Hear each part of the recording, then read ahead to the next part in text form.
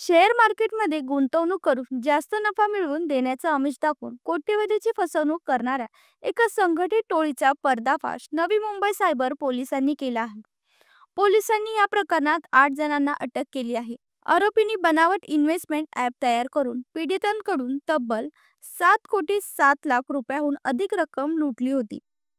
ते पोर्टलवर खोटा नफा दाखवून गुंतवणूकदारांना अजून पैसे गुंतवण्यासाठी प्रवृत्त करत होते.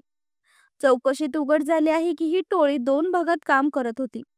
भारतात बसलेले काही लोक बँक खाती आणि सिम कार्डची व्यवस्था करत होते. तर चीन आणि कंबोडियामध्ये बसलेले सायबर गुन्हा तांत्रिक पडताळणीवर ऑपरेशन हाताळत होते.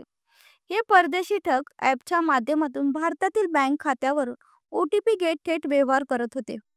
पोलिसांनी आतापर्यंत देशभरातील 118 बँक खाती गोठली असून त्यामध्ये 32,50,000 रक्कम आढळली आहे. साधारणतः 2 सप्टेंबर ते 8 सप्टेंबरच्या दरम्यान आपल्या नवी मुंबई हद्दीमध्ये एका पीडित इसमाची या फसवणूक झालेली होती. ती 1,07,80,000ची होती.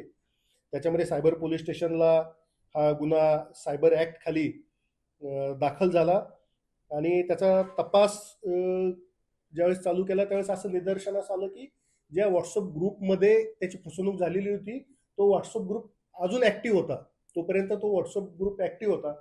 मग आमचे सायबर पोलीस स्टेशनचे विशाल पाटील PI आहेत, आमच्या सहाय्यक पोलीस आयुक्त प्रेरणा कट्टे मॅडम आहेत आणि त्यांची जी काही सर्व टीम आहे यांनी हे जो आणि त्या इसमांची नावं आहे सुरेश तळेकर आणि विकास आव्हाड आणि यांना विचारपूस केली असता असं निदर्शनास आलं की त्यांचे फक्त खाते वापरण्यात आलेले होते, परंतु हे खाते वापरणारे मूळ जे लोक होते ते ऑपरेटर आपण ज्यांना म्हणतो हे ऑपरेटर मुंबईमध्येच एका ठिकाणी लॉजवर होते आणि यांची मोडस अशी आहे की एका ठिकाणी 2-3 दिवसापेक्षा जास्त वेळ राहत नाही.